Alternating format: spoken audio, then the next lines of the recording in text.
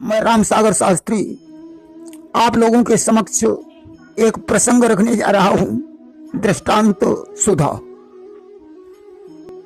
देखिए, एक विद्यालय में एक लड़की पढ़ती थी जिसका नाम रेवती था।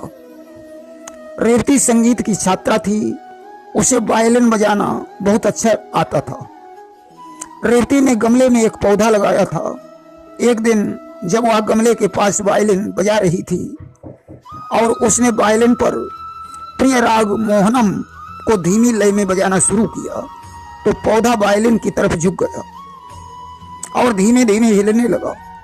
रेवती ने सोचा शायद हवा चल रही है इसलिए पौधा झुक गया है। उसने वायलिन बजाना बंद कर दिया। पौधा सीधा हो गया। पुनः उसने वायलिन बजाई।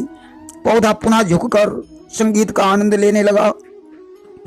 अब उसे ज्ञात हुआ कि पौधा भी संगीत सुनता है। 3 दिन के बाद पौधा प्रतियोगिता थी। रेवती को वह पौधा प्रतियोगिता में ले जाना था।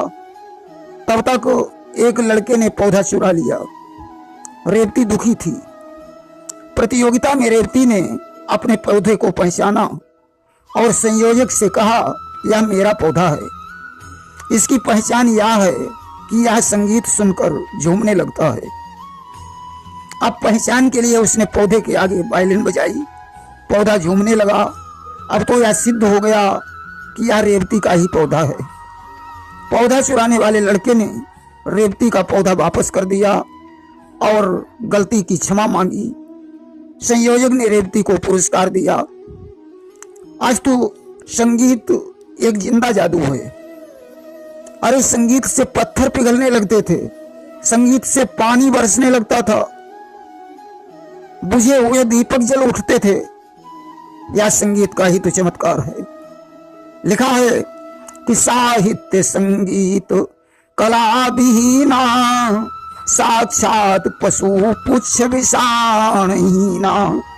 जो व्यक्ति साहित्य और संगीत से विहीन है वह साक्षात सींग और पूंछ से रहित पशु के समान है। एक श्रीमान जी ने बीए पास किया। अब तो पढ़े लिखे होने के कारण विवाह आने लगे तो श्रीमान जी बोले, सुनो, पहले मैं आपकी लड़की देखूंगा। लड़की का पिता बोला, बेटा तुम किसी दूसरे को भेज देना, वो लड़की देख लेगा, तुम मत आना। बोले, शादी मैं कर रहा हूं, लड़की मुझे देखनी है इसलिए मैं स्वयं देखूंगा। लड़की का पिता बोला, खैर कोई बात नहीं, आप ही आ जाना लड़की देखने, परंतु यह बताओ आप किस प्रकार लड़की को देखेंगे। बोले, आपकी लड़की मुझे 1 कप चाय बनाकर पिला दे, हमारी समझ में आ गया तो रिश्ता पक्का समझो। बोले, ठीक है। कहा, आप देखने कब आएंगे? बोले, कोई अच्छे दिन आ जाएंगे। समय निश्चित हो गया। लड़की वाला अपने घर लौटा। उसने यह बात अपनी लड़की को बताई। लड़की ने कहा, ठीक है, आने दो, मैं भी पढ़ी लिखी हूं। आज के बाद वो भी लड़की देखना भूल जाएंगे। निश्चित समय पर महोदय जी लड़की वाले के घर पहुंचे। लड़की ने चाय बनाई और प्लेट में भी थोड़ी सी चाय डाल दी। अब उसने प्लेट में कप रख लिया। महोदय जी के पास पहुंची, चाय को रख दिया। महोदय जी ने पहले लड़की को देखा, इसके बाद चाय का कप हाथ में उठाया। विचार किया, चाय बहुत गर्म है, लाओ या प्लेट वाली चाय पहले पी ली जाए, तब तक कप वाली चाय थोड़ी ठंडी हो जाएगी। जो ही उन्होंने प्लेट की चाय पी, लड़की बोली, पिताजी क्या आप इस लड़के के साथ मेरी शादी करना चाहते हैं? अरे, यह तो बिल्कुल पागल है, मैं शादी नहीं करूंगी। प्लेट तो सेफ्टी के लिए होती है। इसने प्लेट की चाय पी ली। कप की पेंदी में लगी हुई मिट्टी भी चाय के साथ पी गई। अब तो लड़के का शर्म से चेहरा ऊपर नहीं उठा। घर वापस लौट आया। इसके बाद उसने लड़की देखने का विचार ही कैंसिल कर दिया। सुल्ताना डाकू का नाम आप सभी लोगों ने सुना होगा। उसे जब फांसी की सजा दी गई तो उससे पूछा गया, क्या तुम किसी को देखना चाहते हो? किसी से मिलना चाहते हो? सुल्ताना ने कहा, मैं सिर्फ अपनी माँ से मिलना चाहता हूँ। माँ को बुलाया गया। सुल्ताना ने माँ से कहा, माँ मेरे पास आओ, मैं तुम्हारे कान में एक बात बताना चाहता हूँ। माँ ने अपना कान बढ़ाया। सुल्ताना ने अपने दांतों से माँ की नाक काट ली। सिपाहियों ने कहा, अरे तूने ये क्या किया? उसने कहा, मैंने जो भी किया अच्छा किया। बचपन में मैं एक मुर्गी का अंडा चुरा कर लाया था। मेरी माँ ने मुझे मना नहीं किया। अगर यह उसी दिन मुझे रोक देती तो यह सुल्ताना आज फांसी के तख्ते पर नहीं खड़ा होता। सजनों, माँ को संस्कार देने का अधिकार होता है। बच्चा यदि चोरी करता है, आज कुछ चुरा लाया, कल कुछ चुरा लाया, माँ उसे नहीं रोकती तो उसकी चोरी करने की आदत बढ़ जाती है और वह छोटी छोटी चीजों से बड़ी बड़ी चीजों की चोरी करने लगता है। इसलिए माताओं को बच्चे के अंदर अच्छे संस्कार डालने चाहिए। एक गांव में एक मोहन नाम का ग्वाला रहता था। वह रोज गांव वालों को मूर्ख बनाया करता था। जो ही रात होती वह चिल्लाने लगता था, गांव वालों दौड़ो, बचाओ, शेर आ गया है। उसकी चिल्लाहट सुनकर लोग लाठी डंडा बंदूक आदि लेकर दौड़ पड़ते थे। उन्हें देखकर वह हंसने लगता था। शेर येर कोई नहीं था, मैं तो आप लोगों को मूर्ख बना रहा था। उसने जब गांव वालों के साथ कई बार ऐसा व्यवहार किया तो लोगों ने दौड़ना बंद कर दिया। एक दिन सचमुच सर्कस वालों का शेर पिंजड़े से निकलकर भाग गया और मोहन ग्वाले के पास पहुंच गया। अब तो शेर को देखकर वह चिल्लाने लगा, गांव वालों दौड़ो, आज सचमुच शेर आ गया है। मेरी बात का यकीन करो, मैं झूठ नहीं बोल रहा हूं, मेरी जान खतरे में है। चिल्लाता रहा मगर गांव वाले नहीं आए। शेर ने उस ग्वाले को मार डाला। इसीलिए कहा जाता है कि विश्वास संसार में दुर्लभ है, उसे खोना नहीं चाहिए। यदि विश्वास खो गया तो आप मोहन ग्वाले की तरह मृत्यु के मुंह में हैं। कभी भी ज्यादा झूठ बोल बोल कर लोगों को उल्लू बनाना नहीं चाहिए। एक बार टिहरी नरेश महाराज सुदर्शन शाह ने संस्कृत के विद्वानों को अपनी राजसभा में शास्त्रार्थ के लिए बुलाया। शास्त्रार्थ से पहले एक पंडित ने टिहरी के राजकवि का नाम जानना चाहा। उन्होंने राजकवि से पूछा, भवताम किम नामास्ति, माने आपका नाम क्या है? राजकवि ने एक श्लोक में अपना नाम बताया कि कोर मध्यमो ह्रस्व तृतीयकेन स्वरेण दीर्घ प्रथमेन युक्तः पोरन्तिमस्तोश्चरमस्तु वर्णो दीर्घ द्वितीयेन ममाभिधानम।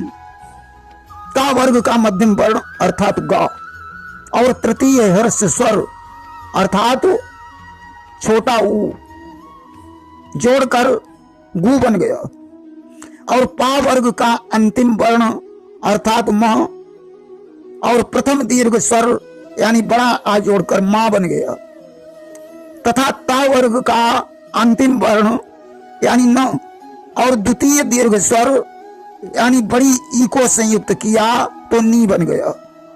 अब गु प्लस मां प्लस नी बराबर गुमानी हो गया। आज वह पंडित इस श्लोक में नाम सुनकर आश्चर्यचकित हो गया। एक बार एक राक्षस प्रत्येक राजा के पास जाता था और कहता था, मुझे अपना नौकर बना लो और सदैव मुझसे काम लो। यदि मैं आपका काम नहीं कर पाया तो मैं वापस चला जाऊंगा और यदि आप मुझे काम नहीं बता पाए तो मैं आपको खा जाऊंगा। इस प्रकार उसने अनेक राजाओं को खा लिया। अब तो राक्षस एक नए राजा के पास पहुंचा और उनका नौकर बन गया। राजा ने उसे युद्ध में भेजा, वह युद्ध जीत कर वापस आ गया। उसने कहा, काम बताओ। राजा बोले, एक किला तैयार करो। उसने क्षण मात्र में किला तैयार कर दिया। बोला, काम बताओ। राजा जो भी उसे काम बताते वह क्षण में कर डालता था। परेशान होकर राजा ने मंत्री से कहा, कोई ऐसा कठिन काम सोचकर बताओ जिससे यह राक्षस कर न पाए। मंत्री ने कहा महाराज एक काम ऐसा है जिसे राक्षस क्या उसके बाप भी नहीं कर सकते। राजा बोला वह कौन सा काम है? मंत्री ने कहा अब जब राक्षस आए कि मुझे कोई काम बताओ तो उससे कहना कि इस कुत्ते की पूंछ को सीधी करो। राक्षस आया, बोला राजन काम बताओ। राजा बोले इस कुत्ते की पूंछ को सीधी कर दो। राक्षस बार बार पूंछ सीधी करता परंतु सीधी नहीं होती।